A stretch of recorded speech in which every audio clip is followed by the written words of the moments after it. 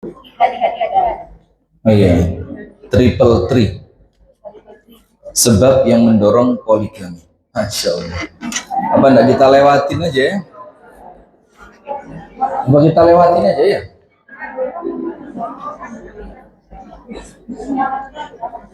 Masya Allah. Saya kok enggak enak baca buku ini.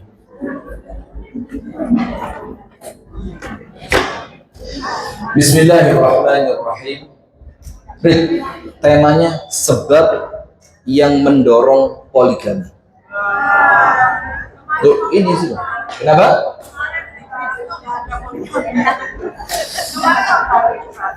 Kemarin kok yang mana? Waduh. Harus serius, Bu. Ngaji itu harus serius. Bismillahirrahmanirrahim. Assalamualaikum warahmatullahi wabarakatuh.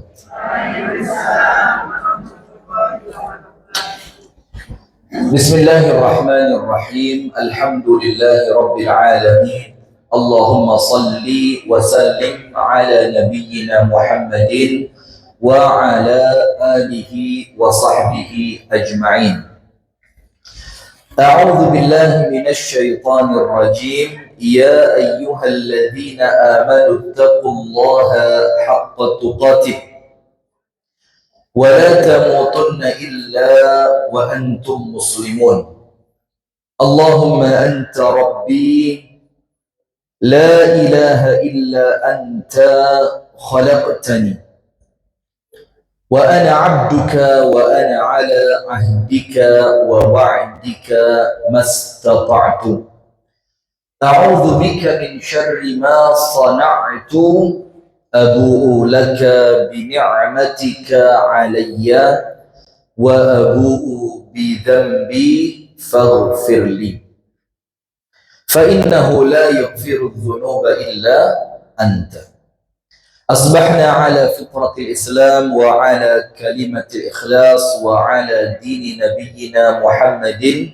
صلى الله عليه وسلم وعلى ملة أبينا إبراهيم حنيفا مسلما وما كان من المشركين أما بعد اللهم إنا نسألك علما نافعا ورزقا طيبا وعملا متقبلا اللهم علمنا ما ينفعنا وانفعنا بما علمتنا وزدنا علما وهدى وتوفيقا آمين يا رب العالمين. Ibu-ibu sekalian, jamaah majelis ta'lim ngaji hati yang semoga kita bersama, saya dan panjenengan semua senantiasa mendapatkan rahmat dari Allah, senantiasa mendapatkan barakah dari Allah, dan senantiasa mendapatkan bimbingan dan taufik dari Allah Subhanahu wa Ta'ala. Amin. Alhamdulillah, kita bersyukur kepada Allah di pagi hari ini. Allah pertemukan kita dalam majelis yang mulia ini dalam rangka menjalankan salah satu di antara perintah Allah, yaitu talabul ilmi.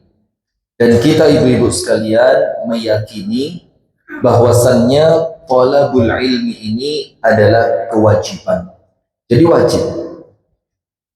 Sehingga apabila kita menjalankan apa yang diwajibkan oleh Allah, salah satunya adalah menuntut ilmu semacam ini, maka tentu kita dalam rangka beribadah, dalam rangka bertaqarrub kepada Allah Subhanahu wa Ta'ala, yang dibalik semua yang kita lakukan dalam rangka ibadah, taqarrub kepada Allah dengan jalan menuntut ilmu ini, pasti ada ganjaran yang besar, pasti ada pahala yang besar, pasti ada keutamaan yang Allah siapkan bagi mereka yang menjalankan perintahnya berupa talabul ilmi. Dan semoga kita mendapatkan semua kebaikan itu, mendapatkan pahala yang besar dan mendapatkan fadilah dan karunia dari Allah Subhanahu wa Ta'ala. Amin ya Rabbal Alamin. Kemudian berikutnya salawat beriring salam semoga tercurahkan kepada uswah kita Nabi besar Muhammad sallallahu alaihi wasallam. Ibu-ibu sekalian dan jamaah yang dirahmati oleh Allah Subhanahu wa Ta'ala, kita lanjutkan pada bab yang baru, yaitu at-ta'addud atau ta'addudu az-zawjati fil Islam, poligami di dalam agama Islam. Kemarin kita telah menjelaskan panjang lebar tentang apa? Hukum poligami. Jadi hukumnya ini bukan wajib, tidak pula sunnah secara urutan, artinya wajib, sunnah, mubah, makruh, haram secara urutan dia juga bukan sunnah, tapi poligami ini apa? Sebagai mubah, solusi dari kebutuhan. Kemudian sekarang kita akan berbicara mengenai apa sebab atau faktor di mana syariat ini memperbolehkan poligami. Apa faktornya, apa sebabnya? Ternyata banyak. Ternyata apa? Banyak. Dan ini kita pelajari untuk apa? Untuk sebagai tambahan ilmu agar kita tidak membenci syariat.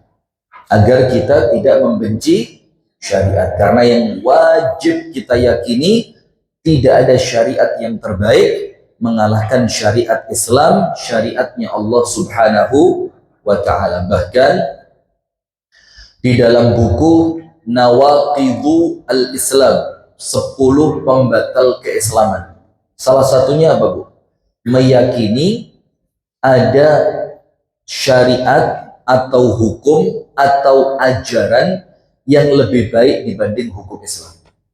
Itu pembatal keislaman. Jadi kalau panjenengan meyakini wis pokoknya urusan poligami ini Islam gak bener, Islam salah, Islam tidak tepat, hati-hati. Ucapan semacam itu ini menjadi salah satu pembatal keislaman. Nah, maka kita wajib meyakini bahwasannya tidak ada aturan, tidak ada hukum, tidak ada syariat yang lebih baik dibanding aturan dan syariat Islam. Yakin apa betul? Yakin. Nah, sekarang maka panjenengan diberi ilmu bagaimana supaya keyakinan itu tumbuh, tidak sekedar doktrin, dogma apa? Ya pokok dicekok itu, iya. Pokok kudu yakin, tidak bisa.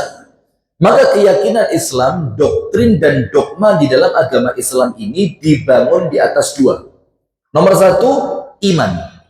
Nomor 1 apa? Iman. Dan keimanan ini yang menjadikan panjenengan tetap yakin walaupun panjenengan belum ngerti hikmahnya apa. Itu apa? Iman. Dan ini yang kita pelajari di masjid Al-Mu'minun Mahakam. Itu bagaimana ketika suatu syariat itu hikmahnya belum ketemu, tapi mau tidak mau kita harus nurut. Maka saat itu yang ditonjolkan apa?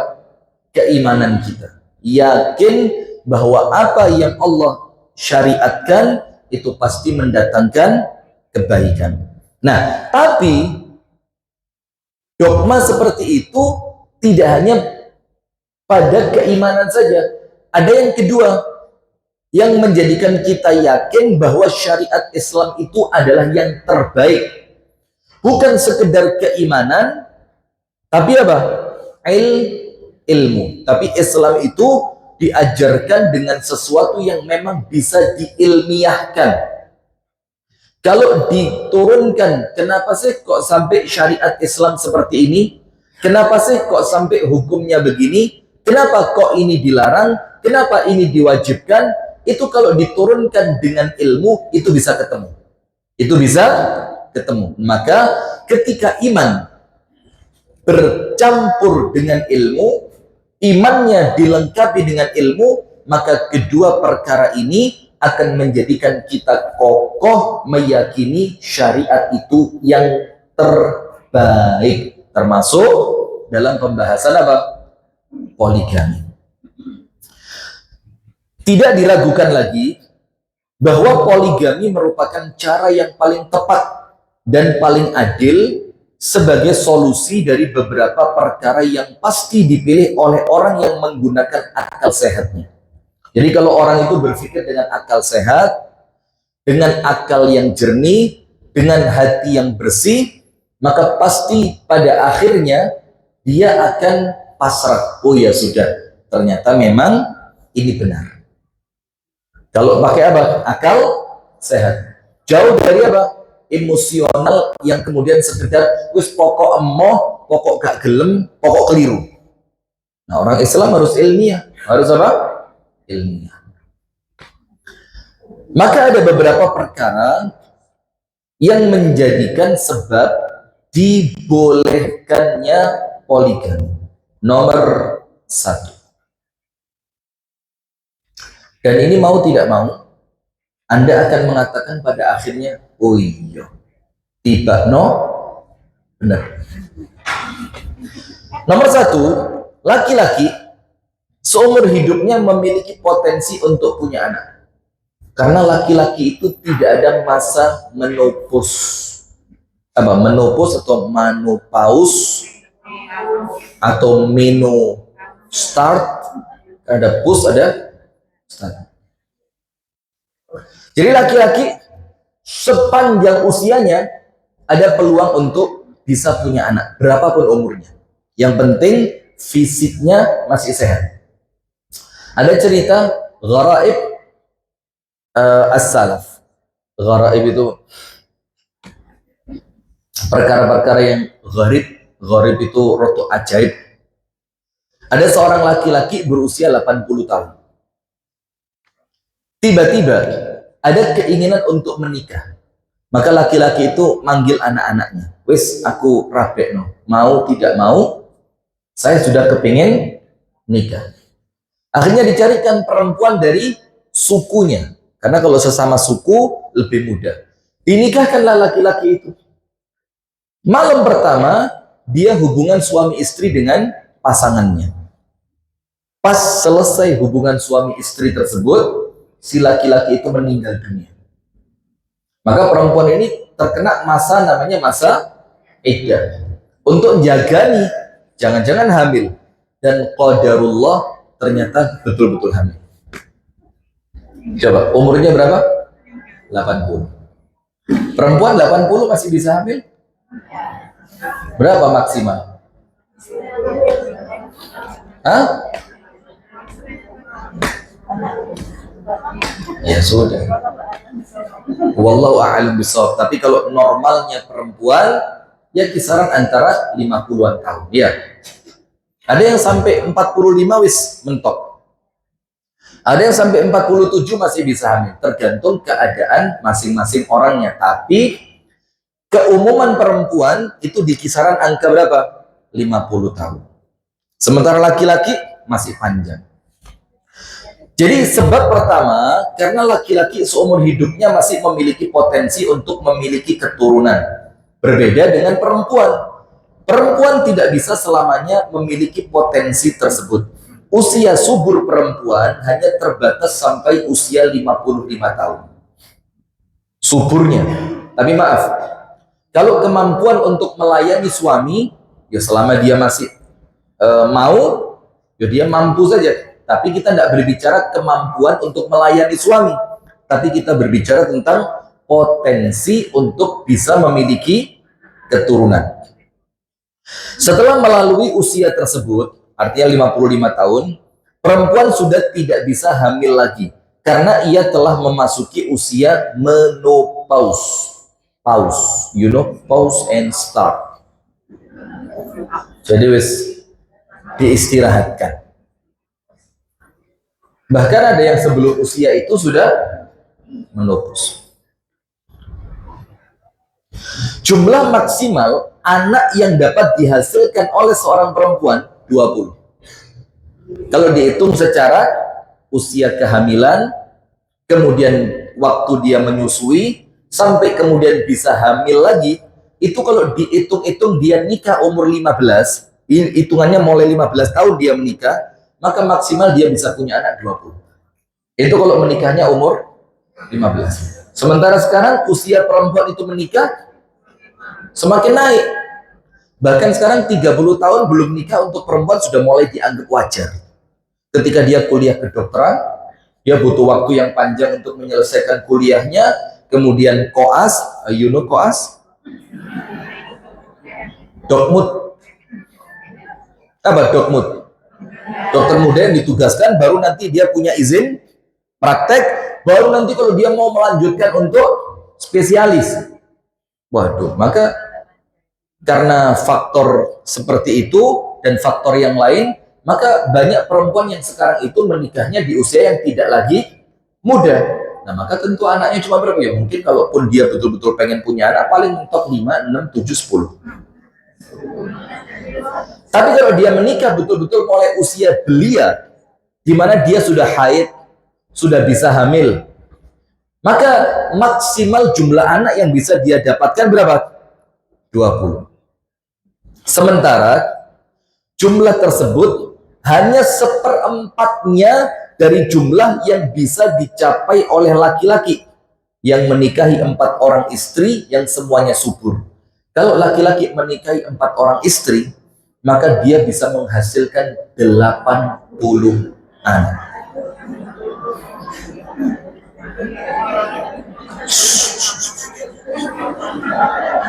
Tenang, tenang, tenang. Ya, tenang. Keep cool, calm, and confident. Tenang.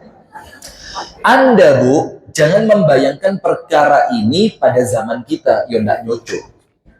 Kalau sekarang subur aja anaknya cuma 1, 2, bahkan ada yang sama sekali sekarang ada yang namanya apa? Child free. Nikah tapi tidak punya anak. Itu pilihan, bukan karena faktor takdir, penyakit, atau yang lain. Memang pilihan. Kenapa? Karena dianggap anak itu ngerepoti, anak itu akan nanti menjadi beban buat dia.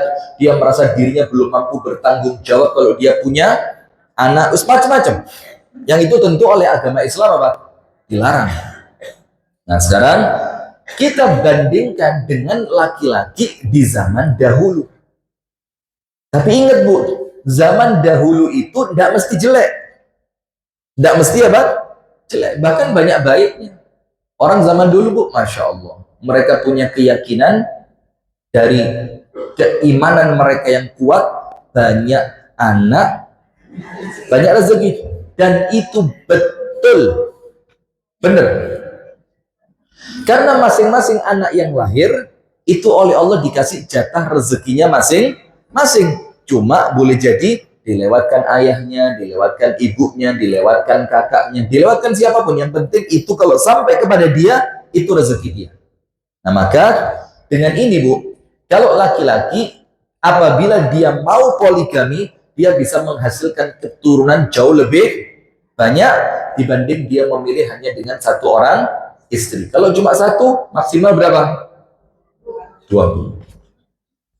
Anda tahu yang akrab di telinga kita, Usamah bin Laden, ingat ya, yang sempat rame dikejar-kejar oleh Amerika gara-gara dibilang konon adalah otak dibalik tragedi 212, tragedi WTC tahun berapa itu?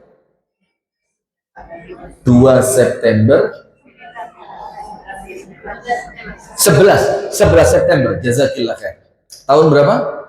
Saya masih SMA di Ar-Rahmah itu. Saya SMA itu sekitaran tahun 2010-an.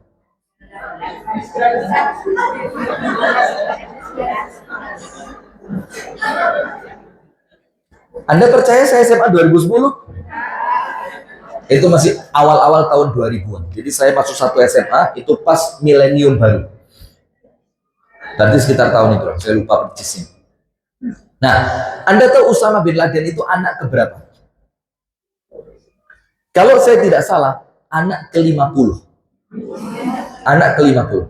Karena memang ayahnya salah seorang saudagar kaya di Saudi Arabia. maka tentu istrinya tidak satu. Dan boleh jadi, non sewu nggih, ini mungkin bahasa gampangnya, sempet reshuffle. Ngerti nggak reshuffle? Ya mungkin ada salah satu istri yang mungkin mereka sudah tidak produktif lagi, nggak bisa hamil lagi, mungkin dengan kesepakatan segala macam dengan cara yang baik, mungkin digantikan istri baru yang lebih. Terus lah kok tukar tambah itu lo, astagfirullah. Saya loh sebagai bahasa yang saya pilih paling pas, paling apik. Lo kok panjenengan bilang tuker tambah, Anda anggap perempuan seperti apa? Nggak boleh begitu loh Bu. Perempuan itu bukan barang, tapi perempuan itu dimuliakan. Sudah. Yang kedua, loh saya jujur aja Bu, zaman dulu Bu, umum nggak kalimat tunggal bapak bedo ibu, umum nggak kalimat itu? Umum sekali dan biasa. Nah tapi memang orang-orang di zaman itu ya hatinya masih lapang, keadaan hidupnya qanaah, laki-lakinya juga bertanggung jawab, sehingga kalimat tunggal bapak bedo ibu itu kalimat yang biasa. Yang kedua, sebab yang menjadikan poligami itu dalam agama Islam diperbolehkan. Biasanya seorang laki-laki menikahi perempuan dengan tujuan untuk mendapatkan keturunan. Maka ingat, tidak sehat nikah kedua atau ketiga atau keempat dengan memberi syarat kepada istrinya, yang penting kamu tidak boleh hamil. Itu tidak bertanggung jawab. Itu tidak bertanggung jawab, tidak boleh. Namanya orang nikah, itu yang dicari bukan cuma hubungan biologisnya, tapi yang dicari apa? Sebagai tanggung jawab. Kalau dia nikah, memang umumnya harus punya apa? Harus punya apa? Keturunan. Dengan tujuan untuk mendapatkan keturunan, dan itu menjadi tujuan utama dari sebuah pernikahan. Namun terkadang perempuan yang dinikahinya tersebut ternyata mandul.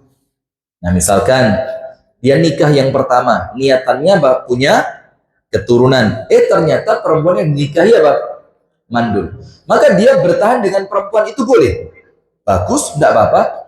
Kalau dia bisa bersabar atas keadaan itu, bagus enggak? Bagus. Tapi tidak menutup kemungkinan, ya sudah kamu tetap istri saya, tapi karena saya kepingin punya keturunan, bagaimana kalau saya diizinkan nikah lagi untuk dapat apa?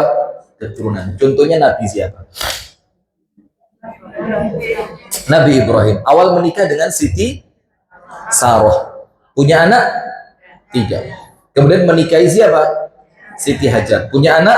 Punya. Yang akhirnya mendapat anak namanya Ismail. Setelah nikah sama Ismail, ternyata Siti Hajar, setelah menikah dengan Siti Hajar, Allah takdirkan Siti Sarah juga hamil. Subhanallah. Jadi legowo.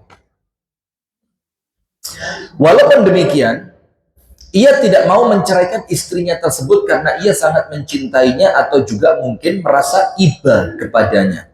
Maka demi kemaslahatan bersama, ia boleh menikahi lagi perempuan yang lain yang dapat memberikan keturunan untuknya, sehingga ia dapat merasakan nikmatnya memiliki keturunan. Walaupun ini ya untuk istri pertamanya tentu berat ya. Karena apa? Istri pertama tidak punya keturunan, nikah lagi, lah kok istri kedua dari suaminya punya keturunan, itu krosolwe. Nah tapi ya tentulah Bu, ini kan kita hidup di dunia itu kan kudu nyeneng no hati, bukan sekedar nyeneng no hati, tapi bagaimana kita punya hati yang tunduk dengan syariatnya Allah. Itu tujuan utamanya. Kalau memang itu syariat Allah dan Anda lihat itu halal di sisi Allah Subhanahu wa Ta'ala, maka kita perlu menonjolkan bagaimana saya istislam. Istislam itu apa? Pasrah, tunduk dengan ketetapan Allah Subhanahu wa Ta'ala. Bagaimana caranya? Geser ke sana. Ya apa? Itu mendingan satir itu digeser dikit ke sini biar ibu-ibu bisa muter ke sana. Yang ketiga, yang pertama tahu Bu, yang pertama tadi apa? Jumlah maksimal anak keturunan yang bisa dapatkan. Satu perempuan maksimal berapa? 20. Sementara terkadang laki-laki ingin mendapatkan anak yang lebih banyak. Kalau dia menikahi 4 perempuan, kalau semuanya mencapai jumlah maksimal, dia bisa dapat anak berapa? 80. Maka kalau dia meninggal, tentu pahalanya jauh lebih banyak. Betul apa enggak? Yang kedua, karena terkadang istri yang dinikahi, Allah takdirkan istri tersebut apa? Mandul. Maka dengan itu, dia tidak mau menceraikan istri yang pertama, dia boleh mengambil istri yang berikutnya. Yang ketiga, fakta membuktikan bahwa sedikit laki-laki yang dapat memuas. Ayo, saya baca aja ya, walaupun ini kesannya kok kurang elok, tapi ya tidak apa-apa. Karena ini fakta ya. Fakta membuktikan bahwa sedikit laki-laki yang dapat memuaskan insting kelaki-lakiannya hanya dengan satu istri. Sebaliknya, tidak sedikit di antara mereka yang masih mencari perempuan lain untuk memenuhi hasratnya tersebut. Sehingga seandainya tidak diperbolehkan poligami, pasti dia akan terjatuh pada perzinaan. Dan ini sudah settingan pabrik yang Allah ciptakan laki-laki dengan insting dan naluri itu. Maka poligami itu apa? Mewadahi. Yang keempat, terkadang ada juga laki-laki yang menikah dengan seorang perempuan dan dia memiliki hasrat seksual yang sangat tinggi yang mendorongnya untuk banyak melakukan hubungan seksual dengan istrinya. Namun terkadang istrinya tersebut memiliki keadaan yang sebaliknya, sehingga apa?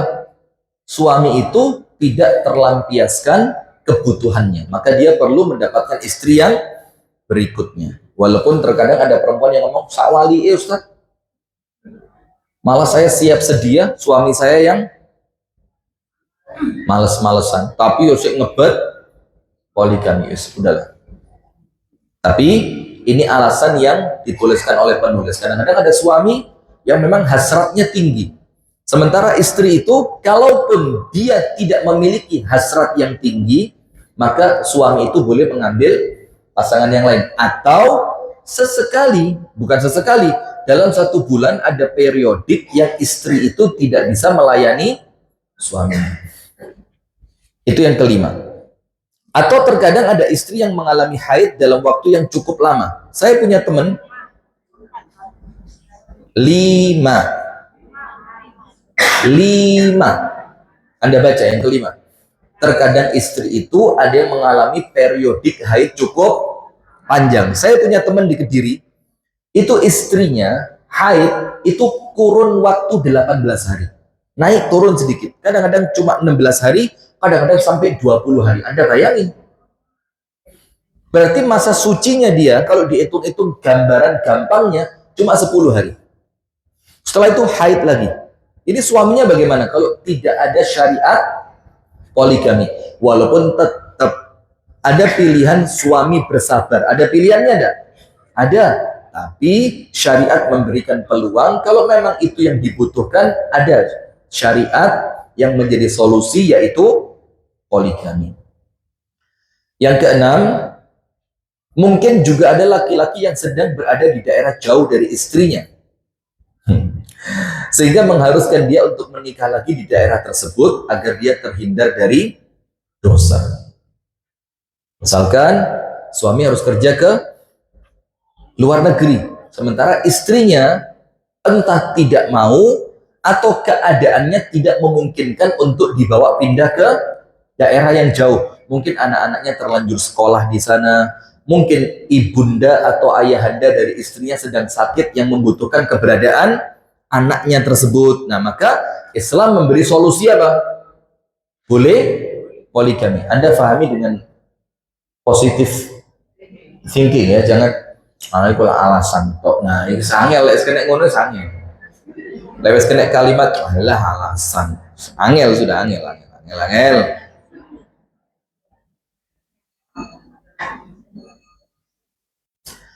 Yang ketujuh, nomor 1 tadi apa?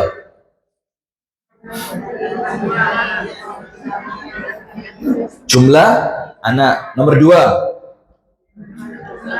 Terkadang istri yang pertama Allah takdirkan mandul. Nomor 3, memang keumuman laki-laki settingan pabrik itu tidak cukup dengan satu orang perempuan, maka Allah memberikan solusi dengan poligami. Yang keempat, terkadang ada suami yang memang libidonya tinggi, sementara istri tidak mampu mengimbangi, sehingga Allah berikan solusi agar selamat dari dosa.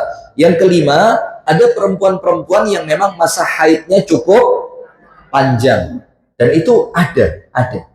Sehingga supaya suami tersebut tidak merasa tersiksa, maka Allah memberi syariat apa? Poligami. Yang keenam, ada suami yang mungkin Allah takdirkan harus kerja jauh dari tempat istrinya. Daripada dia jatuh pada perbuatan dosa, oleh syariat diberi peluang poligami. Yang ketujuh, ini yang data statistik. You know statistik? Apa? Risiko lah pokoknya ya. Data statistik. Apa maksudnya data statistik itu? Wih, mantap temanya Ustadz. Lah itu Ustadz, istrinya pada jadi TKW, suaminya yang ditinggal. Ya, semacam-macam. Dan ibu-ibu tahu, banyak jamaah saya itu TKW Hongkong segala macam, yang kemudian komen segala macam. Itu mesti kami doakan. Yo, terkadang kalau ngomong kepingin, Bu, siapa sih yang kepingin jauh dari keluarga kan? Tapi terkadang keadaan ekonomi yang mendesak. Ya, mudah-mudahan sama Allah diberikan sehat walafiat, lancar, jauh dari fitnah, dan segera Allah berikan kecukupan untuk bisa pulang ke tanah air, kerja di tanah air. Amin ya Rabbal alamin. Anda kalau lihat, Bu, kesian. Yang kerja keluar negeri itu kesian. Gak enak-enak nemen. Dibanding perjuangannya dibandingkan hasil yang dia dapatkan, kadang-kadang tidak sebanding. Cuma dia mikir, walaupun di Indonesia oleh duit kondi, ya Allah, kesian. Kemudian yang ketujuh, data statistik menyebutkan jumlah perempuan selalu paling banyak dibanding laki-laki. Belum lagi ketambahan perempuan yang ditinggal wafat oleh suaminya. Sampai saya cerita enggak? Saya ngomong sama istri saya ini, karena saya tahu istri saya sedang nonton, karena temanya seperti ini. Ada salah satu bidan, itu ngaji sama saya, di kajian mulazamah, kemudian ngomong apa? Ustadz, bikin dong kajian Zoom privat, Zoom tertutup. Karena apa? Dia ceritakan, banyak teman-teman saya seprofesi bidan juga, yang suaminya itu wafat pasca COVID. Jadi, dalam keadaan mereka ini, bidan-bidan di usia produktif yang masih mau tidak mau butuh suami. Dalam keadaan ekonomi mereka mapan, pekerjaan mereka juga bagus.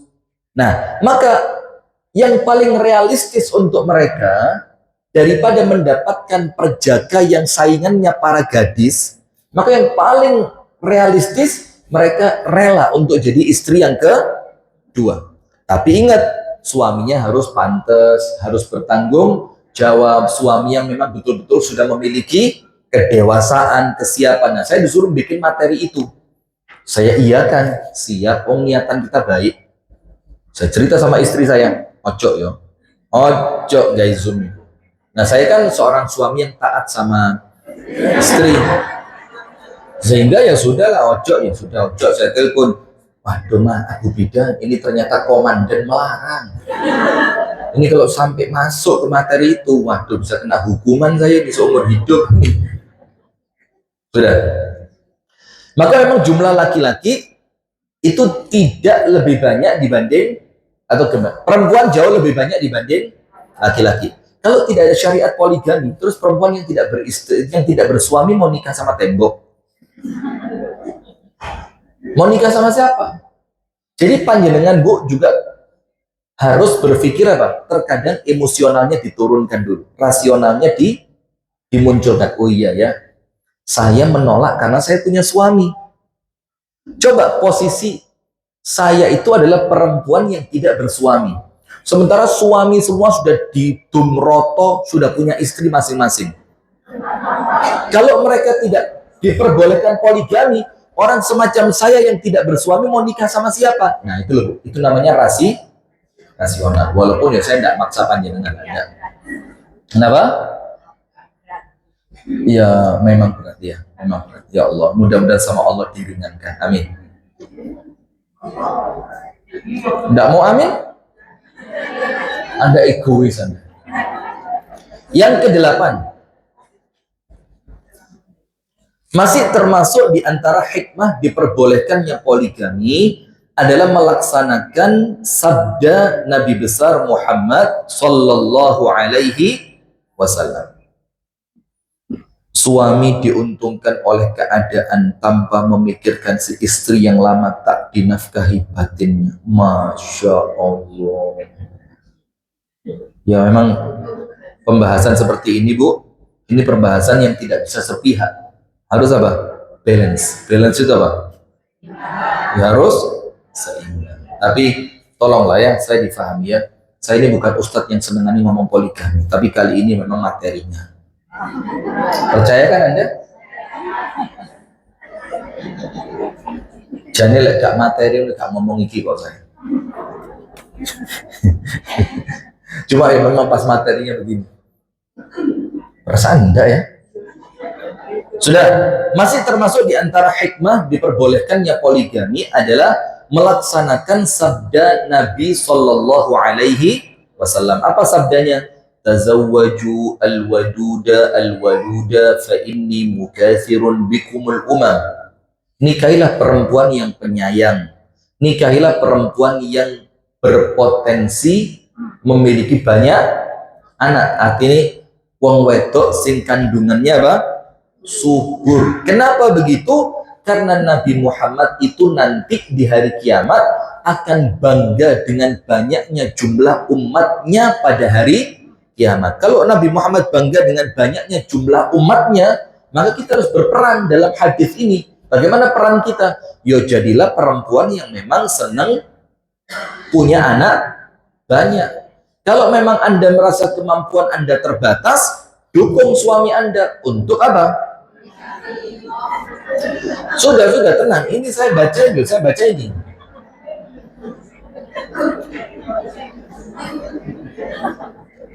Saya kok rotok keringetan dingin saya. Kita lanjutkan aja wes ya. Ini materi berikutnya apa sih ini? Nusyus saja wes ya, nusyus saja. Halaman 346. Nusyus sudah ada, nusyus. Tapi tidak apa-apa sih ya. Lah, demikianlah beberapa hikmah disyariatkannya atau dibolehkannya poligami. Yang mungkin kalau kita pelajari lebih dalam, kita akan dapat hikmah yang lebih banyak. Cuma ini yang dituliskan oleh penulis. Maka Allah Maha Benar yang telah berfirman dalam surah Al-Baqarah ayat 216. Apa firmannya dalam surat Al-Baqarah 216? Wallahu ya'lamu wa antum la ta'lamun. Awal ayatnya apa? Allah mengatakan, nah, iya memang itu. Tapi di inti ayat itu boleh jadi kamu mencintai sesuatu, senang pada sesuatu, tapi apa yang kamu senangi itu mendatangkan keburukan. Dan boleh jadi kamu membenci sesuatu, termasuk contohnya apa? Ya poligami ini. Padahal dari apa yang kalian benci, itu mendatangkan kebaikan. Ditutup, Allah yang tahu, sementara kamu tidak tahu. Maka termasuk untuk ibu-ibu yang kemarin bulan lalu ya, minta didoakan karena sakit ini, sakit itu. Santai saja Bu. Boleh jadi justru nanti setelah Anda tahu hikmahnya, Anda akan mengatakan apa? Oh, ya gak apa-apa, selamat aku biyen loro. Karena apa? Dosaku entek. Oh, sudah hadir, alhamdulillah. Mudah-mudahan semuanya tambah sehat.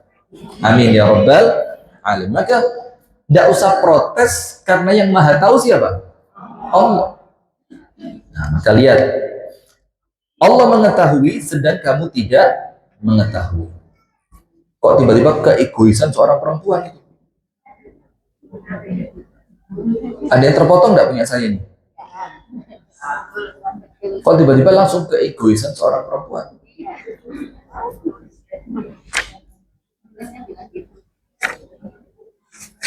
Memang kadang-kadang. Kita lanjutkan. Ketika kita berbicara tentang poligami, maka akan tergambar dalam benak kita adalah mencari perempuan yang hidup dengan kemampuan ekonomi yang rendah. Jadi seakan-akan sing di poligami itu perempuan yang pokok lemah lah, secara ekonomi lemah, secara posisi sosial juga lemah, sehingga terkesan istri kedua itu yang gampang ditotok, terus. Ketika kita berbicara mengenai poligami, maka yang akan tergambar dalam benak kita adalah mencari perempuan yang hidup dengan kemampuan ekonomi yang rendah, tidak memiliki pekerjaan atau dia seorang pengangguran, dan sedang membutuhkan suami untuk menjadi penopang hidupnya. Kadang-kadang itu yang terbersit. Namun lain halnya dengan yang tergambar di benak sebagian perempuan yang telah menikah. Untuk perempuan yang sudah punya suami, gambarannya beda. Wong lanang lek rabi maneh golek enak tok. Jadi tidak ada sisi nolong itu hilang dari akalnya perempuan. Apa nolong alasanmu? Alasan tok, alasan asli ini golek enak tok. Betul apa enggak? Jangan sok-sok betul, sudah diam aja, mendingan diam aja ya. Namun lain dengan perempuan yang tergambar di benak sebagian perempuan yang telah menikah, ini perempuan yang sudah nikah, mereka membenci poligami. Seolah sikap mereka berkata, biar saja perempuan miskin itu tanpa suami. Loh, kenapa harus ngambil suami? Saya. Nah, maka ada konotasi negatif. Dianggap kalau poligami itu mesti pelakor. Padahal kalau kita ngomong poligami, kita sedang tidak berbicara tentang pelakor. Dan pelakor itu tidak senantiasa berkaitan dengan poligami. Apa? Tidak ada kaitannya. Setuju adik-adik? Nah, bahaya ini. Aduh, saya kok astagfirullahaladzim. Ya Allah, tidak tahu. Tuh, saya dari niat puasa, tapi kok bismillah. Oh. Namun lain lagi dengan yang tergambar di benak perempuan yang telah punya suami. Seolah sikap mereka itu mengatakan, biarin aja perempuan itu, kan urusannya dia. Kenapa saya harus berempati sama dia? Biarkan dia miskin hidup tanpa suami, walaupun ia seorang muslimah. Biarin. Padahal apa? Tidak beriman seorang di antara kalian sampai dia mencintai untuk saudaranya apa yang dia cintai untuk dirinya. Kalau dia merasa senang hidup dengan suami, maka dia akan merasa sedih ketika orang lain hidup tanpa suami. Nah, sekarang maaf, dengerin baik-baik. Maka terkadang dia harus merelakan egonya. Bislah, ego turun sebentar ya. Karena apa? Wong hidup itu bukan cuma di dunia. Nanti ada kehidupan di akhirat. Di mana nanti di akhirat itu gak ono ceritanya cemburu, sedih, susah, mangkel, nggak ada di akhirat. Maka Anda sabar sejenak di dunia untuk dapat akhirat yang nikmatnya paripurna. Maka mungkin di akhirat saya bojoku untuk bidadari. Maka itu bukan surga. Surga itu apa? Wa naza'na ma fi sudurihim min ghil ikhwanan ala sururin mutaqabilin. Allah cabut loro hati itu, penyakit hati semuanya sama Allah dicabut dari hati. Maka yang pertama kali Allah jadikan untuk penghuni surga itu hatinya dibersihkan. Maka kalau panjenengan kepingin dunia ibarat surga, hati ini kudu resik. Maka ya Allah ibu-ibu, sudahlah. Gak usahlah sakit saling saingan kono, saingan kini, ngilok no kono, ngilok no kini, merendahkan sana, merendahkan sini. Wis podo kabeh. Kita ini seorang manusia yang tertatih-tatih mencari ridhonya Allah. Gak usah saling, apa sih? Ngaji kono, aku udah mau ini. Bismillah. Sampai ia mikir begini, perempuan tadi, biarin saja dia mati sengsara asal dia tidak mengambil suami. Intonasinya begitu, biar masuk ini materi ini. Jadi baca yang bagus itu adalah orang yang membaca dengan intonasi yang benar. Bagaimana intonasinya? Biarkan dia mati sengsara, asalkan ia tidak mengambil suamiku. Ngimuk. Gitu. Anda ketawanya kok serius sekali. Masya Allah, ini pengajian ngaji hati betul ini. Hati bahagia pulang dari sini. Nah, inilah yang disebut dengan apa? Egois. Padahal orang beriman boleh tidak egois? Tidak boleh. Jangankan untuk urusan suami. Maaf ya, ini Anda jangan mikir yang macam-macam. Untuk sekedar urusan makanan saja, kalau panjenengan punya makanan yang lebih, wajib dibagi kepada orang yang tidak punya makanan. Anda punya tumpangan lebih, harus memberi tumpangan kepada orang yang tidak punya kendaraan. Bahkan di rumah, itu Rasulullah bilang apa? Rumah itu isinya cuma 3 kamar. Tapi 3 ini bukan jumlah, tapi fungsi. Nomor 1, kamar untuk suami dan istri. Nomor 2, kamar untuk anak. Nomor 3, kamar untuk tamu. Al-baitu thalathu ghuraf, kata Rasulullah. Warrabi'atu lisyaitan. Kalau ada kamar yang keempat, itu ditempati siapa? Setan. Maksudnya apa? Ada kamar kosong tanpa fungsi. Maka tempat itu akan menjadi tempat tinggalnya siapa? Setan. Dan itu hadisnya sahih. Maka tidak aneh kalau ada rumah kosong, biasa kita ngomong apa? Kok melbu, kok merinding ya? Dianggap suwung. Bahasa Jawanya apa?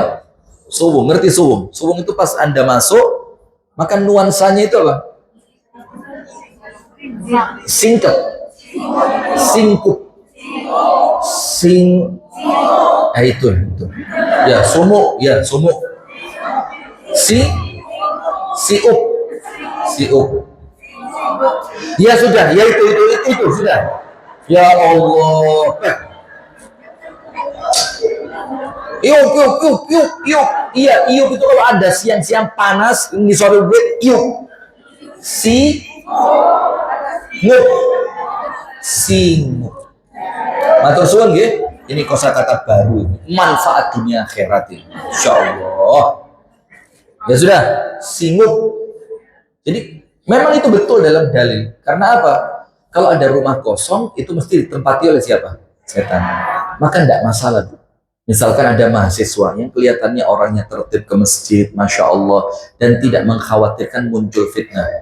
Anda izin sama suami, Mas, iki lho Mas, ono mahasiswa, Masya Allah, api Mas, nang masjid 5 waktu, mesti mang dia ngekos Mas, oleh gak dia tinggal di rumah kita. Nah, tapi hati-hati, itu kalau tidak khawatir memunculkan fitnah. Karena sekarang zaman ini loh, apa yang tidak bisa terjadi coba? Orang moro tuai di pangan atau ini? Loh iya, saking geragasi.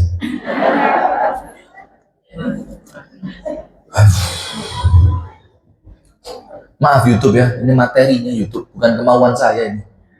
Sudah, inilah yang disebut dengan sikap egois. Inilah apa? Nah, singgup, bukan siup, singgup. Terima kasih Mbak Meidina, Anda yo komen yo tepat banget. Singgup itu apa? Sowung ya. Kalau masuk rumah nuansanya kayak nggak enak gitu, kayak horor gitu. Duduk di sebelah sini kayak moro-moro kayak merinding. Nah itu karena apa? Ada kekosongan di rumah tadi. Maka kalau rumah itu banyak kosongnya, harus sering-sering dipakai ibadah. Tujuannya apa? Ngimbangi. Biar setan-setan itu tidak nyaman di situ ya. Maka alangkah bagusnya diisi dengan siapa? Orang-orang yang memang manfaat, yang tidak khawatir memunculkan fitnah. Nah maka kalau perempuan itu mengatakan biarin aja dia mati tanpa suami, biarin dia mati susah, sedih, miskin, urusannya dia, yang penting gak cukup suamiku. Nah maka ini disebut apa? Egois. Angkat tangan yang egois. Angkat tangan yang egois, angkat tangan. Loh, bukan laki, perempuan yang saya maksud. Monggo angkat tangan. Anda ada egois ya? Saya minta nomor HP suami panjenengan masing-masing deh. Nanti saya kenalkan dengan beberapa cawan yang pas. Ada satu ustadz, Kok apa itu? Ada satu ustadz di Jakarta, kami kenal. Iya, iya, itu ustadz, kami kenal dengan beliau. Beliau itu punya apa? Punya grup WA. Itu isinya apa? Menurut saya mungkin perempuan-perempuan eh, karir yang memang mereka sudah telat menikah. Karena di awalnya memang nikah itu bukan prioritas untuk mereka. Tapi setelah berjalannya waktu, mereka mulai ngerti ilmu, mereka mulai ngerti, oh ternyata dunia kerja membosankan seperti ini. Akhirnya mereka dengan usia yang sudah terlanjur telat tadi, Bu, itu kepingin nikah. Nah, maka tentu standar suami yang dicari, ya tidak sama dengan perempuan yang usia 23, kan begitu. Ya mesti harus wes, gak apa-apa, yang penting apik, yang penting tanggung jawab, yang penting bisa menjadi suami yang menjadi imam dalam rumah tangga, kan begitu. Itu Ustadz tadi. Itu sampai punya jumlahnya, Bu. Itu 2 grup WA tidak cukup. Pada satu grup WA itu maksimal membernya berapa? Oh enggak, ini bukan yang, kalau sekarang 2000 ya? Oh beda, ini dulu yang masih sekitar di angka 200 sekianan. Berarti itu jumlahnya lebih dari 400-an. Siap. Kalau suami panjenengan kerso, saya mintakan kontaknya nanti. Kerso betul? Anda kok yakin sekali betul? Anda yang bukan kerso, suami panjenengan kerso. Jangan sok mewakili orang lain.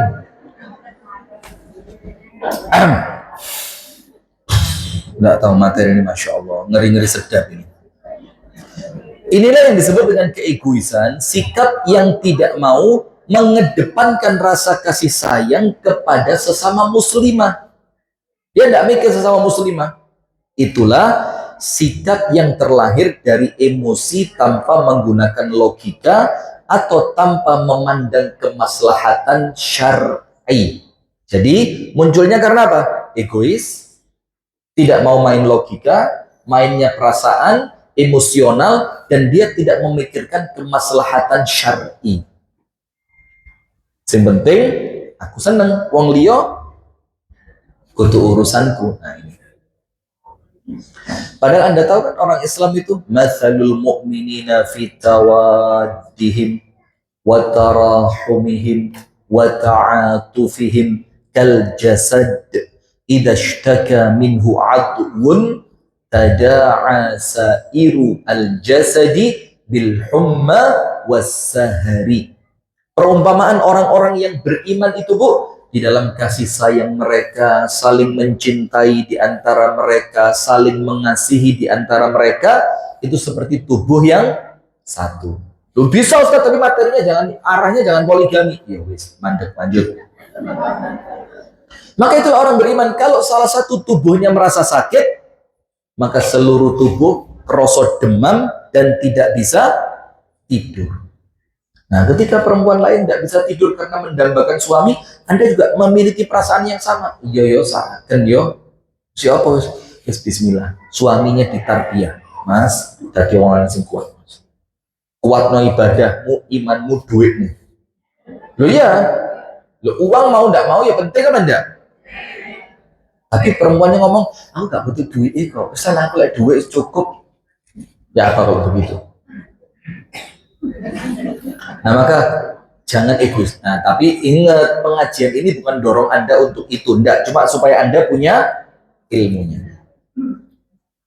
Apakah termasuk kebaikan jika sebagian perempuan bersenang-senang bersama suaminya, anaknya, rumah tangganya, dan membiarkan sebagian perempuan yang lain jatuh dan jauh dan tidak pernah merasakan kasih sayang suami dan memiliki anak?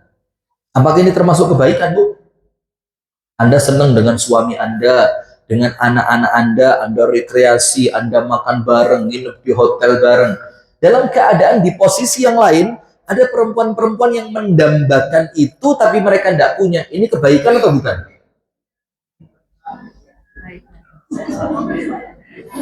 Jawab. Anda membiarkan mereka tersiksa seperti itu, dalam keadaan Anda belani egoisme Anda, kemudian yang penting aku senang, aku mangan bareng mbak bojoku, mbak anakku, rekreasi bareng, perempuan lain apa urusannya dengan saya? Baik atau tidak ini? Loh, jadi yang Jadi yang ngerti loh, kalau diajak berpikir secara naluriah. Tapi ingat, ini bukan paksaan, tapi sekedar memberikan apa? Gambaran yang sesuai dengan ilmu. Ditanya lagi, apa sih salahnya mereka itu sampai harus dihukum dengan cara seperti itu? Ngerti nggak?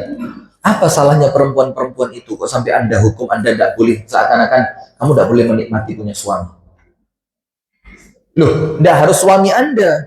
Kalaupun dia akhirnya jadi istri yang kedua, kenapa harus dijadikan bahan tuduhan? Anu ya kok teko ya, kok gelem ya, kok kok tegelat ini, sampai ngomong busa-busa di sini, hanya menyalahkan perempuan yang jadi istri ke tuh. Apa salahnya dia? Emang dia tidak berhak punya suami? Jawab deh.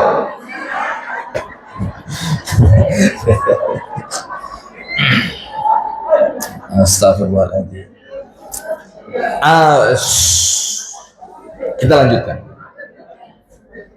Nanti Bu, ada pendapat wa in khiftum alla ta'dilu fawahidatan. Tapi ingat, setelah kita cerita semua itu, Allah nutup ayatnya apa? Tapi kalau kamu khawatir tidak bisa adil, satu, nanti ada waktunya, ini dulu kita selesaiin.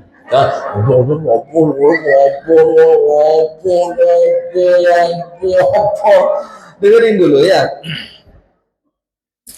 Apakah kesalahan mereka sampai mereka harus dihukum dengan cara yang seperti itu, seakan-akan mereka itu tidak layak punya suami? Apa salahnya mereka? Sikap yang seperti itu tiada lain merupakan sikap egois yang ada pada perempuan yang telah menikah dan pada laki-laki yang dikungkung oleh istri mereka. Tahu rekod dibawa ke perempuan. Ini kalau orang Arab bilang apa? Ya'ish tahta ibtin nisa. Dia hidup di bawah ketiak istrinya. Kalau saya yang mau apa?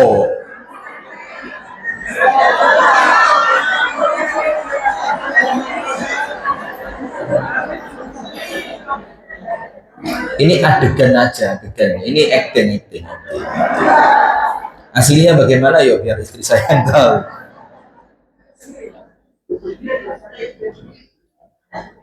Nanti saya pulang ini tidak tahu. Kok selamat saya pulang malam hari ini. Biasa istri saya sudah tidur. Nah sudah. Sehingga mereka, para suami itu tidak bertindak kecuali sesuai keinginan istrinya. Lemah.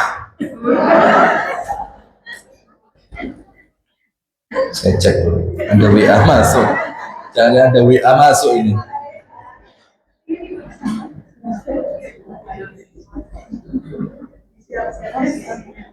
Tidak ada, aman.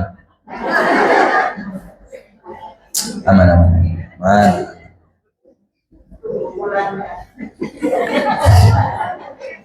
Istri saya begini, Masya Allah. Istri saya itu Masya Allah. Bukan cuma istri saya, mertua saya juga Masya Allah. Top, baik, luar biasa, sabar, kona'ah. Terus kata, ibu-ibu dengerin Bu. Perempuan mana yang tahan urip bareng morotua 14 tahun? Tidak ada protes plus, tidak ada. Masya Allah. Okay. Kalau mau pindah rumah jadi ya iso. Tapi kemudian kan di rumah umi saya itu tinggal saya sama istri saya. Dan anak-anak saya itu hiburannya Abi sama umi saya. Tapi istri saya plus kan, bang ya mau pindah bang deh. Tidak pernah. Gini. Ya seimbang. Lanjut. Terus sampai mana tadi? Jika tidak demikian, saya pernah ngomong begini di Kediri. Ibu-ibu Kediri gak terima. Jangan aja Facebook kalau ada bojone sing di. Kok gak tau.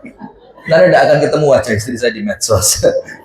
Dan ibu-ibu yang pernah foto sama istri saya jangan diupload ya. Yang pernah foto bareng sama istri saya jangan diupload. Ini amanah ya. Jangan diupload. Karena memang saya tidak suka foto istri saya keluar dan istri saya sendiri tidak suka. Oh, untuk apa? Santai saja, santai saja. Jika tidak demikian, maka apakah sebenarnya sampai Anda buka TikTok? Di TikTok itu pencariannya apa? Istri Ustadz Rifki Ja'far Talib. Lah pokok sekepo itu Anda dengan rumah tangga orang ada, Pak Anda mau lihat cantik, oh wayu, pol, masya Allah, tabarakallah. Anda lewat, nggak bujuk enak, lewat, Melayu Anda.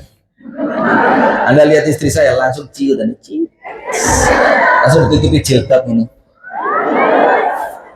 sombong amat dan bercanda aja, biasa aja. Cuma memang tidak suka media, tidak suka kreator, dan introvert banget. Ketemu uang itu. Jika tidak demikian, lanjut lagi apa? Ini lanjut ini apa TikTok? Lanjut. Jika tidak demikian, maka apakah sebenarnya yang membuat seorang istri tidak mau jika suaminya menikah lagi? Jadi kalau bukan karena egoisnya, coba alasan apa? Kenapa? Sama siapa? Capek. Oh mungkin karena riwa-riwi dua istri ya. Harus ngeladeni dua istri, mencarikan nafkah buat kesian, nanti dia capek ya. Nah, iya. Kalau alasannya itu berarti Anda istri yang swalihan. Kalau Anda kesian suami capek, Bu, justru suami bilang, ya malah capek lebih sampean.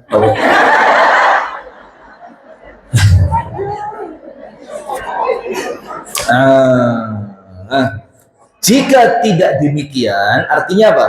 Kalau memang bukan karena keegoisan, maka apa sih sebenarnya yang membuat istri itu tidak mau jika suaminya menikah kembali sehingga memiliki istri kedua, ketiga, dan keempat. Selama suaminya memang memiliki kemampuan untuk menafkahi mereka semua dan suami itu dipandang mampu berbuat adil di antara mereka. Loh, Anda tahu bisa adil atau tidak dari mana kalau belum dicoba? Kalau Anda sok-sokan nuduh, berarti Anda suudzon sama suami. Suami Anda baik enggak, Bu? Berarti kalau dia baik, mampu dong. Hah? Berarti Anda suudzon. Tuh, kesian suami disuudzoni terus. Suami saya lemah. Suami saya bodoh, tidak adil. Suudzon Anda. Suami Anda baik apa enggak sih? Lah ya sudah. Hah? Baik tapi pripun. Baik luar biasa. Ini istri yang masya Allah ini. Lo maksud Anda tidak mau berbagi kebaikan, Bu? Ada ayat Al-Quran enggak, Bu? Lan tanalul birra hatta tunfiqu mimma tuhibbun. Kalian tidak akan mencapai surga yang tertinggi sampai kalian mampu menyedekahkan sebagian, bukan semuanya, sebagian dari apa yang paling kalian cintai. Allah tidak nyuruh menyedekahkan semuanya, sebagian tok. Kalau seminggu itu 7 hari, Allah cuma minta 3 hari. Sedekahkan suami Anda 3 hari. Tetap punya Anda. Sudah baca aja lah, gak lama kebanyakan penjelasan sudah.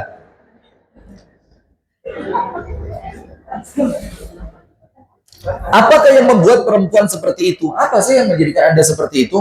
Artinya menolak poligami ini? Apakah kecintaannya kepada suami? Atau ketidakmampuannya berada jauh dari suami? Anda tidak mampu jauh dari suami. Padahal kalau Anda jauh dari suami, itu waktu yang tepat untuk Anda berduaan dengan Allah, tidak diganggu suami.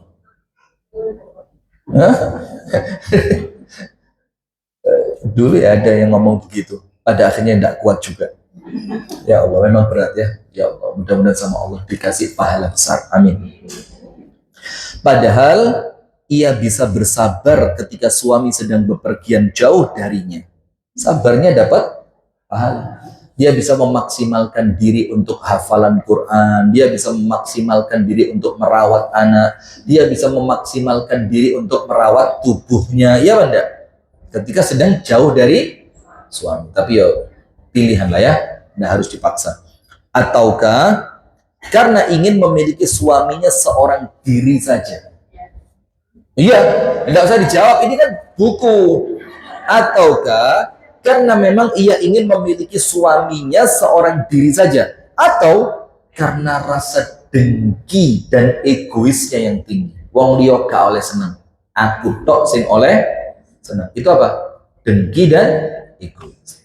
Hendaknya setiap istri membayangkan, jangan. Ini saya baca aja tapi jangan dibayangkan, jangan. Karena saya tahu Anda kalau dipenging malah kayak dikongkon. Jangan tengok kiri. Oh, pose kok kau oleh ini? Nah, gitu. Hendaknya setiap istri membayangkan jika dirinya berada pada posisi perempuan yang belum punya suami. Jangan dibayangkan. Jangan dibayangkan kalau Anda pada posisi perempuan yang belum punya suami. Jangan dibayangkan, jangan. Rasakanlah penderitaan yang mereka rasakan. Coba. Saya kasih waktu 10 detik. Coba. Oh ya, jangan dibayangkan. Karena di antara sikap moderat, adil, egaliter, dan rasional adalah ketika seorang perempuan memikirkan keadaan saudara sesama perempuannya yang seiman dan kenyataan pedih yang mereka alami. Ada perempuan baru nikah setahun, suaminya meninggal. Ada baru nikah setahun, suaminya pergi entah kemana. Bayangin, umurnya baru 24, 25. Kalau dia tidak boleh nikah lagi, apa? Kesian kan? Nah, walaupun ya tidak harus dengan suami Anda ya. Carilah duda yang pantas, carilah perjaka-perjaka yang belum nikah. Kalau memang ada keluasan hati, keluasan iman, keluasan ilmu, yo itu pilihan masing-masing. Apakah kesalahan mereka sehingga mereka harus mengalami hal yang berat seperti itu? Maksudnya apa? Kenapa kok perempuan-perempuan itu begitu kejam sama mereka? Seakan-akan mereka tidak boleh merasakan punya suami. Serius ini. Jangan ketawa. Apakah kesalahan mereka sehingga harus mengalami hal yang berat seperti itu? Tidak bisa mendapatkan seorang suami yang dapat melindunginya dan mendapatkan seorang anak dari suami tersebut yang akan menyayanginya. Kecuali ia hanyalah sebagai korban dari keegoisan saudara perempuan seiman mereka. Betul atau betul? Takut saya. Di samping adanya bahaya dan kerusakan yang mungkin timbul karena mereka dalam keadaan tidak bersuami dan tidak ada yang menanggung kehidupannya. Nah, sekarang saya tutup ini. Di zaman sahabat Nabi, Anda silakan buka sejarah. Tidaklah ada istri yang ditinggal wafat oleh suaminya. Ini kita ngomong ilmiah, Bu ya. Kita ngomong sejarah. Kecuali para sahabat yang lain itu sudah berebut untuk menjadikan perempuan itu istrinya. Tapi ingat, tujuannya apa? Wafa'an bi ashabi. Karena sikap setia kepada temannya yang telah meninggal dunia tadi. Jadi maksudnya sikap setia itu apa? Kamu kan teman saya. Kalau kamu wafat, saya tidak akan tinggalkan istrimu itu hidup susah, harus kerja sampai capek, tidak punya laki-laki yang menafkahi dia. Jadi bukan sekedar, maaf ya, bukan sekedar terobsesi dengan perempuannya, tapi apa? Sikap setia kepada teman yang telah wafat. Nah, kalau begini kan indah ya, tapi harus dilandasi ilmu. Sudah, karena semuanya itu kalau pakai ilmu, insya Allah mudah. Tapi maaf, tidak semua orang yang berilmu memang diberi kemampuan untuk mengamalkan ilmu. Terus pokok intinya, mampu atau tidak, jangan menolak. Karena apa? Itu yang Anda tolak adalah syariat. Maka jangan juga memandang rendah perempuan yang menjadi istri kedua, ketiga, atau keempat. Dan jangan menjadikan perempuan yang dimadu itu jadi bahan olokan. Kok gelem sih mbak? Apa sih mbak? Tidak usah. Terus dianggap sama saja. Wallahu ta'ala a'lam bissawab. Sekarang kita masuk pendapat ulama mengenai firman Allah, wa in khiftum alla tuqsitu fil yatama fankihu ma taba lakum minan nisa'i mathna wa thulatha wa ruba'. Baru فَإِنْ خِفْتُمْ أَلَّا تَعْدِلُوا فَوَاحِدَةً أَوْ مَا مَلَكَتْ أَيْمَانُكُمْ. Kalau kalian takut tidak bisa berbuat adil, maka nikahilah satu wanita saja atau budak sahaya yang kalian miliki. Dzalika adna alla ta'ulu, dan itu lebih berpotensi untuk kalian tidak berbuat aniaya. Maksudnya apa? Lebih mendekatkan kalian pada keselamatan. Cek selamat dunia sampai akhirat. Kadang-kadang istri satu saja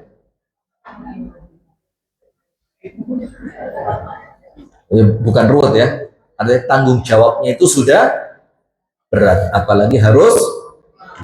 Nah sekarang apa pendapat para ulama tentang ayat ini, yaitu pada surah An-Nisa ayat yang keberapa? Ayat yang ketiga. Ini penting Bu, supaya kita bisa memaknai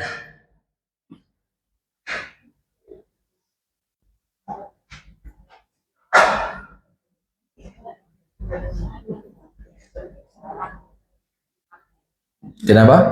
Surat An-Nisa ayat yang surat keempat ayat ke-3.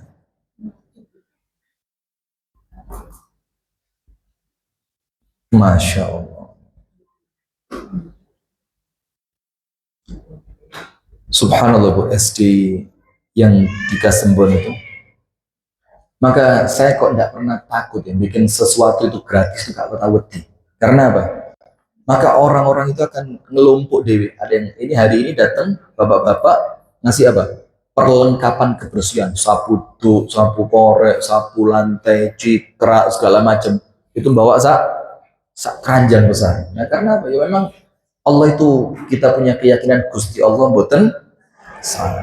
Jadi ono ya sing nolongi ono. Dan guru-gurunya itu bahkan yang sudah dapat bayarannya gak sepiro gede, itu malah Ustadz sebagiannya saya masukkan lagi buat kas SD. Padahal bayarannya gak gede, tapi apa? Barokahnya itu, Masya Allah, Masya Allah. Dan ada di Pagondangan, tahu Pagondangan? Pagondangan itu daerah 100% Muhammadiyah. Ya ada satu dua yang mungkin non Muhammadiyah, tapi yo biasa saja, wong sama-sama Islamnya kan. Itu ada TPQ dibangun mulai tahun 70. Ya, mulai tahun 70 dibangunnya. Lulusannya sudah meluluskan ribuan santri yang bukan hafal Quran, yang sudah lancar baca Quran dan hafal beberapa juz dan ngerti artinya, ribuan. Anda bayangkan kalimat ribuan. Anda tahu TPQ-nya ukuran berapa? TPQ-nya itu ukuran 6 kali 3 di loro. Dan muridnya kalau belajar gentenan. Yang satu sudah, ayo nunggu di luar, gantian satunya lagi, nunggu di luar, gantian. Masya Allah. Nah itu ada di Pagondangan di Banjarnegara, Jawa Tengah, yang insya Allah jadi program yayasan kami ke depannya untuk dibangun. Nah mudah-mudahan Ibu juga punya andil ya. Kak peduli Bu, mau 50.000, 20.000, 5.000 seperti apa? Kita punya saham kebaikan di situ. Jadi tidak ada tempat yang baik-baik kecuali kita punya andil di situ. Nggak harus besar, nggak harus besar. Nanti insya Allah kita umumkan. Dan muridnya sekarang berapa? 300. Saya mau cari, ayo TPQ mana di Malang yang punya murid 300? Paling TPQ mentok, Petang Polo, Swida, satu selang mentok. Ada perumahan Quran, daerah mana? Masjid Nailul Hamam. Itu kan hidup banget tuh. Muridnya berapa? Ya ada murid yang rutin, ada yang murid lepas. Murid lepas itu artinya datang hanya untuk ngaji saja, tapi suatu kampung itu makmur dengan Quran. Masya Allah, saya juga pengen belajar ke situ. Nah, itu tapi kan tidak sebanyak sampai 300, itu kan enggak. Ini 300 murid. Putra dan putri. Ada yang ikro, ada yang mulai tahfidz, ada yang mulai latihan terjemah Quran. Itu dari 300. Masya Allah. Insya Allah nanti mudah-mudahan kita oleh Allah diberikan kemudahan. Amin. Yang pertama, surah An-Nisa ayat yang ketiga, apabila kalian khawatir tidak dapat berlaku adil kepada anak yatim yang kalian asuh, maka nikahilah perempuan lain 1, 2 atau maaf 2, 3 atau 4. Karena ayat ini apa? Ngomongnya kepada laki-laki yang sudah bersuami, maka diawali kalimat berapa? 2, 3 atau kok laki-laki yang sudah bersuami? Laki-laki yang sudah beristri, maka Allah memberikan peluang kalau memang iya, ya tambah no jadi 2 atau jadi 3 atau jadi 4. Tapi kalau kalian khawatir tidak bisa berlaku adil, cukup 1 atau budak sahaya yang kalian miliki, dan itu lebih aman untuk kalian tidak berbuat aniaya. Jadi kalau istrinya cuma 1, itu lebih aman. Apa pendapat para ulama? Yang pertama, tafsir dari Al-Imam Ibnu Jarir At-Tabari. Al-Imam Ibnu Jarir At-Tabari. Al-Imam Ibnu Jarir At-Tabari mengutip beberapa pendapat tentang ayat di atas. Ia berkata, pendapat yang paling utama yang kami sebutkan mengenai ayat tersebut adalah pendapat yang mengatakan, kasih garis bawah, pendapat yang mengatakan bahwa jika kalian takut tidak bisa berbuat adil pada anak yatim, maka takutlah juga mengenai perempuan. Jadi kalau panjenengan punya anak asuh yatim, kemudian ada hartanya anak asuh dari orang tuanya, panjenengan khawatir gak iso adil dalam memberi harta tadi kepada anak-anak yatim itu, maka Allah bilang apa?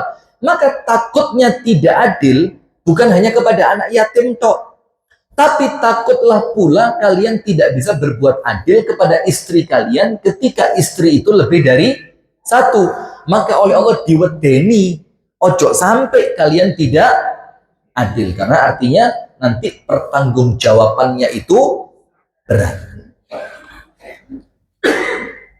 Maka dari itu, janganlah kalian menikahi salah seorang dari mereka kecuali kalian tidak merasa khawatir dari kezoliman yang mungkin akan kalian lakukan kepadanya. Maka apa? Kalau betul-betul tidak khawatir akan terjadi kezoliman, baru boleh nikah lebih dari 1. Mulai dari seorang sampai 4 orang perempuan. Namun jika kalian takut berbuat zalim walau hanya seorang istri, jadi kalau takut zalim walaupun istrinya cuma 1, ada nggak orang yang zalim pada istri yang cuma 1? Ada.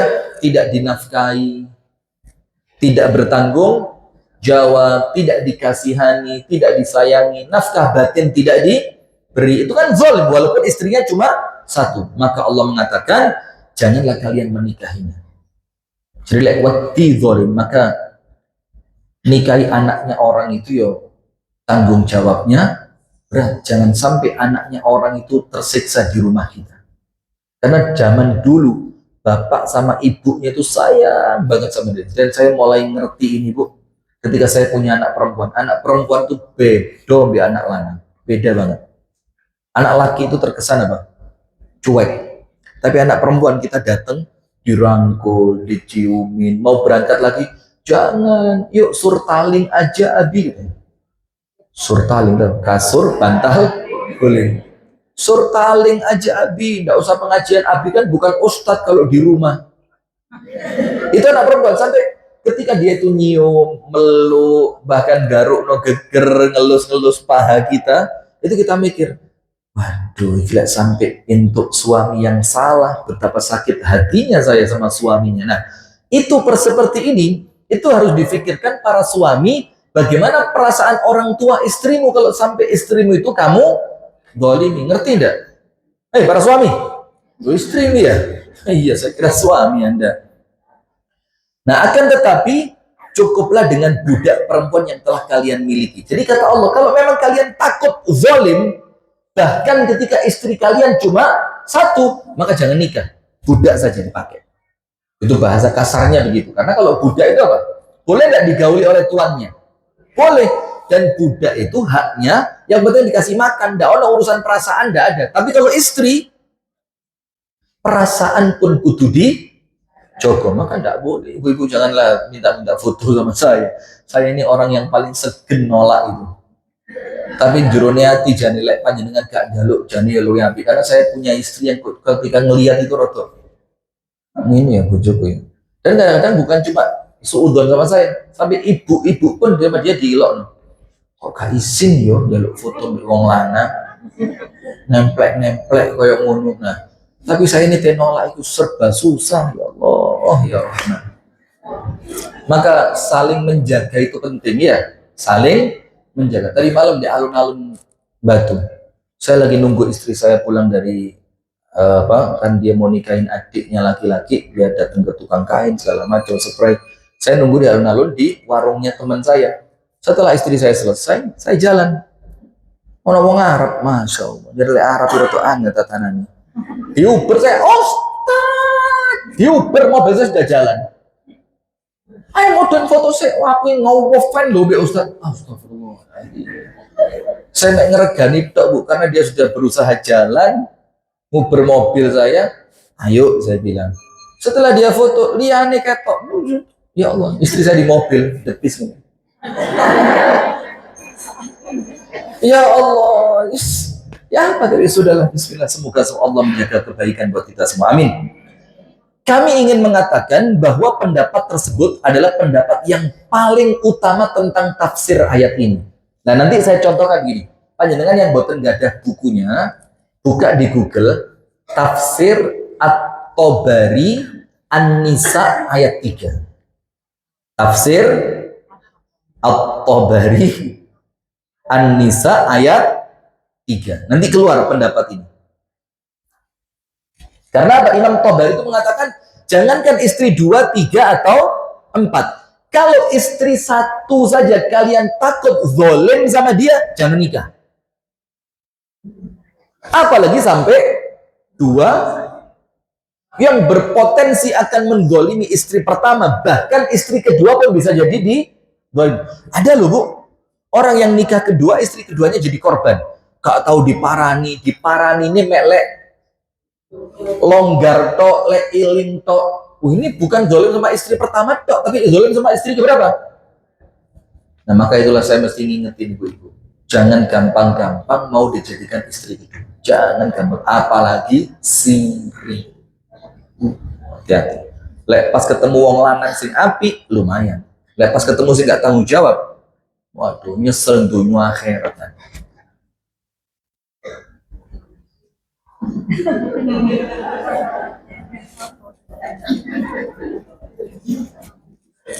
Sudah,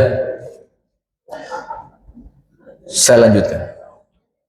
Allah memberitahukan mereka bagaimana caranya untuk terhindar dari zalim kepada perempuan. Jadi Allah ngasih tahu bagaimana caranya biar kalian tidak terjatuh pada perbuatan zalim kepada perempuan. Artinya apa? Ojo rapi. Kalau 1 tidak zalim, 1. Kalau 2 khawatir zalim, 1 saja. Tapi kalau dengan istri 1 itu tetap kalian khawatir muncul kezaliman, karuan gak usah rabi. Itu saking Allah mengingatkannya jangan sampai zalim. Maka penekanannya pada ayat itu menurut Al-Imam At-Tabari bukan pada jumlah istrinya, tapi penekanannya pada zalimnya. Ini loh, ulama tenanan yang ini bisa merangkai ayat itu sehingga ayat itu bisa masuk buat laki dan buat perempuan. Karena ayat ini kalau ditafsirkan dengan cara yang tidak tepat, kesannya apa? Menzolimi perempuan.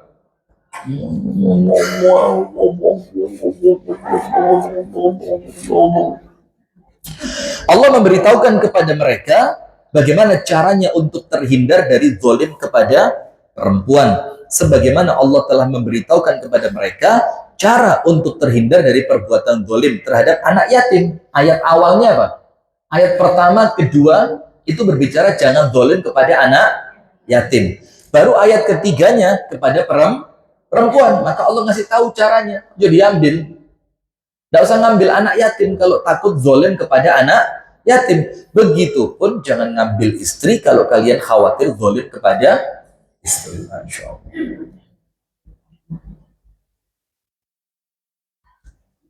Sudah Bu ya? Nanti insya Allah berikutnya kita baca pendapat Al-Imam Al-Hafidh Ibnu Katsir. Barakallahu fikum. Itu yang dapat kami sampaikan di pagi hari ini. Semoga ada manfaatnya dan mohon dimaafkan ya kalau ada yang salah-salah, ada yang kurang-kurang, ada mungkin guyon yang kurang menjadikan Anda kurang berkenan. Mohon dibukakan pintu maaf sebesar-besarnya. Barakallahu fikum. Subhanakallahumma wa bihamdika asyhadu an la ilaha illa anta astaghfiruka wa atubu ilaik. Assalamualaikum warahmatullahi wabarakatuh.